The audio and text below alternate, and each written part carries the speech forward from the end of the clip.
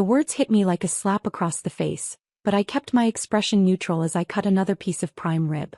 Around the polished mahogany table, the Maxwell family Christmas dinner continued as if Uncle Robert hadn't just declared that I didn't belong. "That's right," Aunt Linda chimed in, raising her wine glass. "Blood is thicker than water after all." My cousins Derek and Melissa nodded approvingly. Derek, who was 28 and had never worked a day outside the family construction business, smirked at me from across the table. "No offense, Tyler, but when Grandpa built Maxwell Construction, he meant it to stay in the bloodline." "Exactly," Uncle Robert continued, his voice carrying that authoritative tone he'd perfected over 40 years of running the company. "We've been talking as a family and we've decided that leadership positions need to go to actual Maxwells. Not," he gestured vaguely in my direction, "charitable cases." I took a sip of my water and smiled politely. I understand completely. What they didn't understand was that their charitable case had been quietly funding their lifestyle for the past 3 years. My adoption story was family legend by now. When I was 7 years old, my parents died in a car accident, and my mother's sister, Aunt Margaret, had taken me in. Uncle Robert was Margaret's husband, and while Margaret had welcomed me with open arms, Robert had always made it clear that I was an obligation, not a son. "We're raising you out of duty to your mother," he told me more than once. "Don't forget that." I never forgot. How could I, when it was repeated at every family gathering, every holiday, every time I achieved something they didn't expect? When I graduated valedictorian from high school, well, we certainly invested enough in tutoring. When I got a full scholarship to MIT, lucky break. Probably helps being a minority case study. When I started my own tech company at 23, playing around with computers. He'll come back to reality soon enough. But I hadn't come back to reality. Instead, I'd built Meridian Technologies into a $2.8 billion enterprise specializing in construction management software and IoT solutions for smart buildings. Our clients included every major construction company in the state, and several international corporations, including Maxwell Construction.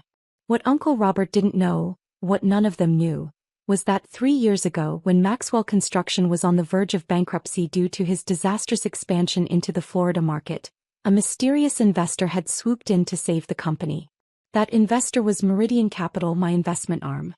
I'd pumped $50 million into Maxwell Construction through a web of holding companies and shell corporations, restructured their debt, and modernized their entire operation with my software systems. The company went from losing $12 million a year to making $18 million in profit. Uncle Robert took all the credit, of course.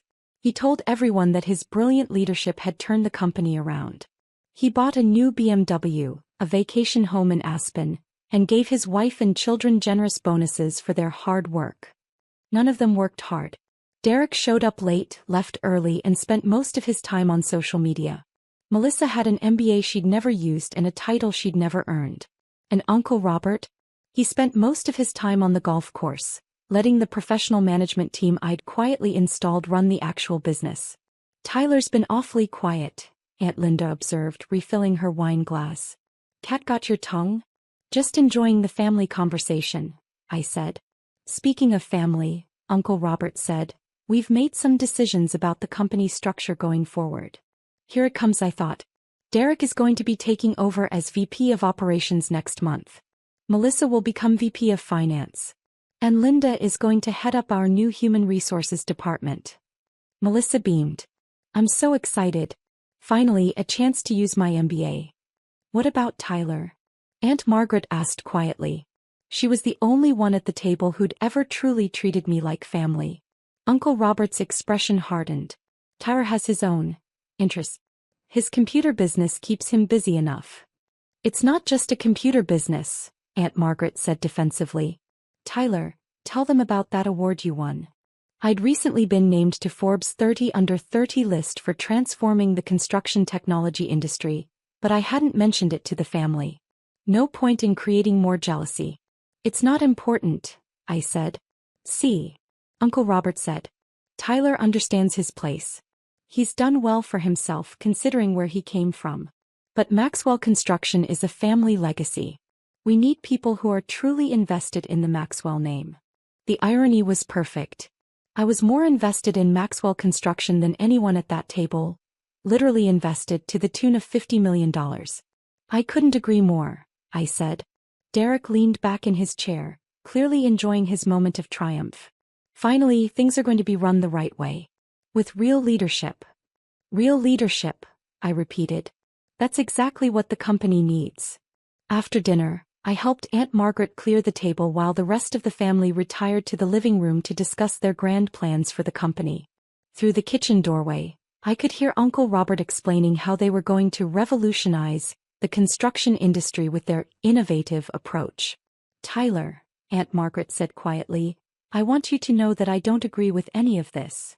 It's okay, Aunt Margaret. Really? No, it's not okay.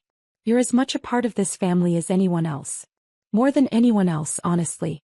You're the only one who visits me regularly, who calls just to check in, who remembers my birthday. Family isn't about blood, I said. It's about who shows up when it matters. Exactly. And you've always shown up. What she didn't know was that I'd been showing up in ways the family couldn't even imagine. When Melissa's wedding had gone over budget, an anonymous gift had covered the additional costs. When Derek's gambling debts had threatened to destroy his credit, a mysterious benefactor had paid them off. When Uncle Robert's medical bills from his heart surgery had mounted up, his insurance had suddenly approved coverage they'd initially denied. I'd been taking care of the Maxwell family for years, just like Aunt Margaret had taken care of me. The difference was I did it quietly without credit or recognition. But apparently that hadn't earned me a place at the family table. I stayed for another hour, listening to them plan their takeover of the company I'd saved. Derek outlined his vision for streamlining operations, which mostly involved firing the competent people I'd hired and replacing them with his friends. Melissa discussed optimizing cash flow, which seemed to mean giving themselves larger salaries. Uncle Robert presided over it all like a king dividing his kingdom, never suspecting that his kingdom only existed because of the charitable case, sitting quietly in the corner. At 9 p.m. I made my excuses and left. The next morning I was in my office by 7 a.m. Meridian Technologies occupied 3 floors of a downtown high-rise, with views of the city skyline and the mountains beyond. My corner office was minimalist but comfortable, the kind of space that said, successful without being ostentatious. I spent an hour reviewing the quarterly reports for all my investments, including Maxwell Construction. The company was performing well, largely because of the management team I'd installed and the technology infrastructure I'd provided. Without my continued investment, they'd last about 18 months before the old problems resurfaced. At 8:30 a.m. I called my investment manager. Sarah, it's Tyler. I need you to initiate a complete divestiture from Maxwell Construction. The construction company? Tyler, that's been one of our most successful turnarounds. They're showing consistent profits, good management, strong market position. I know. But I want out. Can I ask why? If this is about portfolio diversification, there are other options. It's personal. Sarah had been managing my investments for 5 years. She knew better than to argue when I said something was personal. How quickly do you want this done? Today. Full withdrawal of all capital, termination of all contracts, complete severance of business relationships. Tyler, that's $50 million in investments, plus ongoing contracts worth another $20 million annually. Are you sure about this? I'm sure. Hey. I'll need a few hours to structure this properly. The contracts have specific termination clauses, and we'll need to give them the required notice periods. How much notice? For the investment withdrawal, we can do it immediately. It's structured as callable debt.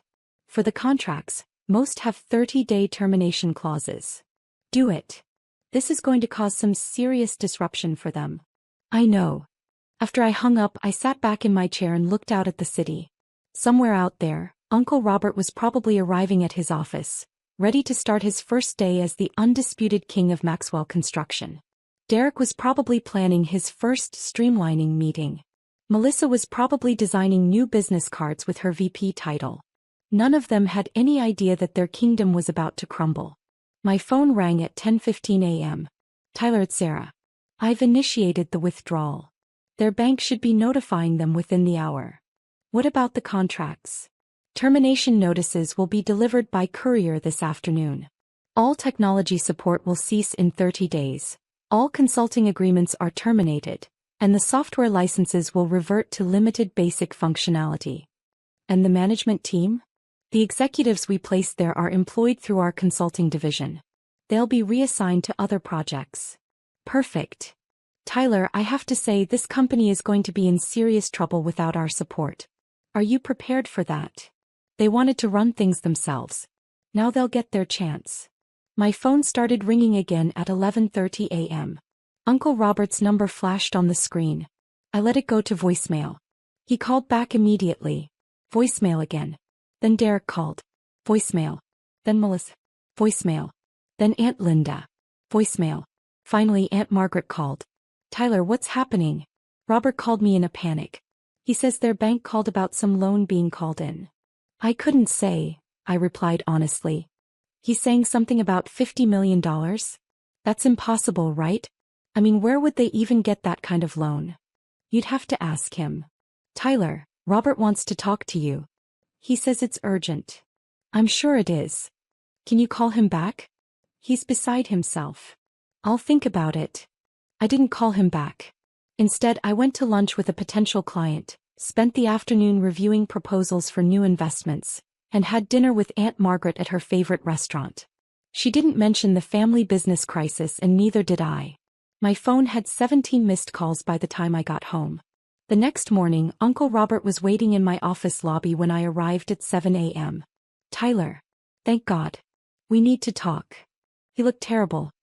His usually perfect hair was disheveled, his expensive suit was wrinkled, and his face was pale with exhaustion. Uncle Robert. This is a surprise. Tyler, I need your help. Something terrible has happened. I led him to my office, noting how his eyes widened as he took in the scope of my business. The busy trading floor visible through glass walls, the expensive art, the panoramic city views. Tyler, I had no idea your business was. I mean, this place is. What can I do for you, Uncle Robert? He sat down heavily in the chair across from my desk. Our main investor has pulled out. $50 million gone. Just like that. And our technology contracts have been terminated. The software systems that run our entire operation, we're losing access in 30 days. That's terrible. It's worse than terrible. It's a disaster. Without that investment, we can't meet our obligations. Without the software, we can't manage our projects. The company is going to collapse. What do your lawyers say? They say the contracts were written to allow exactly this kind of termination. Whoever structured this deal was very smart. There's no legal recourse. I'm sorry to hear that. Uncle Robert leaned forward desperately. Tyler, I know we haven't always. I know I can be difficult sometimes. But you're family. We're family. And family helps family. Are we family? Of course we are. Because last Sunday you made it very clear that family business is only for real family. Not adopted kids like me. The color drained from his face. Tyler, I didn't mean. You said blood is thicker than water. You said the company should stay in the bloodline. I was wrong. I was completely wrong. Were you? Or are you just saying that because you need something from me? Uncle Robert was now sweating despite the air conditioning. Tyler, I'll be honest. We need help. Serious help. I don't know what kind of connections you have in your business, but if you could introduce us to some investors. Investors? Yes. Someone who might be willing to step in where this other company pulled out. I opened my laptop and pulled up the Meridian Capital website. You mean someone like this? I turned the screen so he could see it. Meridian Capital's homepage showed our portfolio, our investment strategy, and our recent successes, including Maxwell Construction. Uncle Robert squinted at the screen. Meridian Capital. Wait, that name sounds familiar. Shit. They were your mystery investor. You know them. I am them. Meridian Capital is my investment firm. Uncle Robert stared at the screen, then at me, then back at the screen. That's impossible. I own Meridian Technologies, which owns Meridian Capital, which invested $50 million in Maxwell Construction 3 years ago. You. Me. But that would mean. It means I saved your company. I restructured your debt, installed professional management, provided the technology systems that made you profitable, and turned you from a failing business into a success story. Uncle Robert's mouth opened and closed without sound. It also means, I continued, that when you told me family business is only for real family, you were talking to the person who owns 60% of your family business.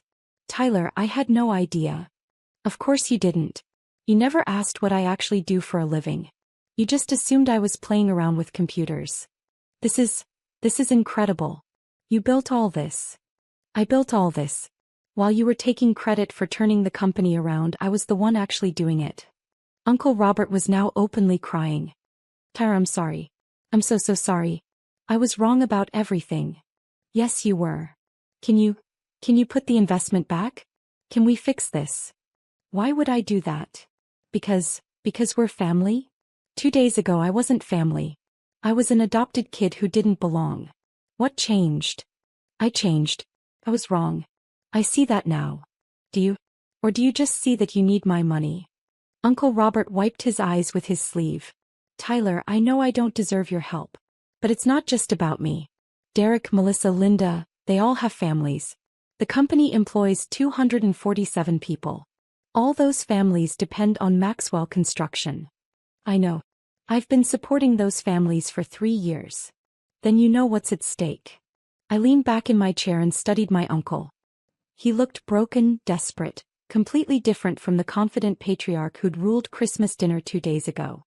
Here's what's going to happen, I said finally.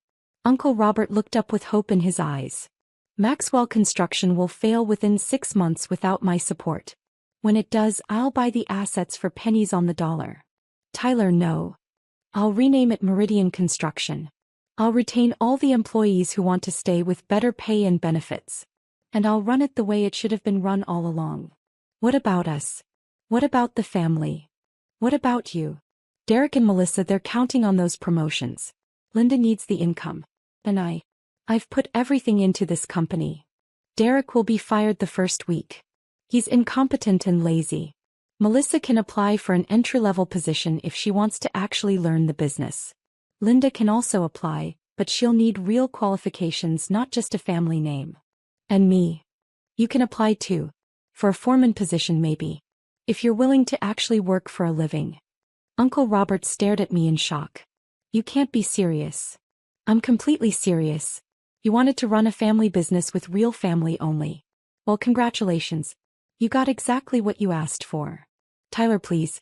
We can work this out. I'll make you a partner, give you the respect you deserve. I don't want to be your partner. I don't want your respect. I want you to understand what it feels like to be on the outside looking in. What do you want from me? I want you to admit what you did wrong. I already said I was sorry. No, you apologize because you need my money. I want you to admit what you actually did wrong. Uncle Robert was quiet for a long moment. I treated you like you weren't family. Keep going. I made you feel unwelcome at family gatherings. Keep going. I dismissed your achievements and made assumptions about your success. And I never gave you credit for what you accomplished. What else? Uncle Robert's voice broke. I never thanked you for all the times you helped us.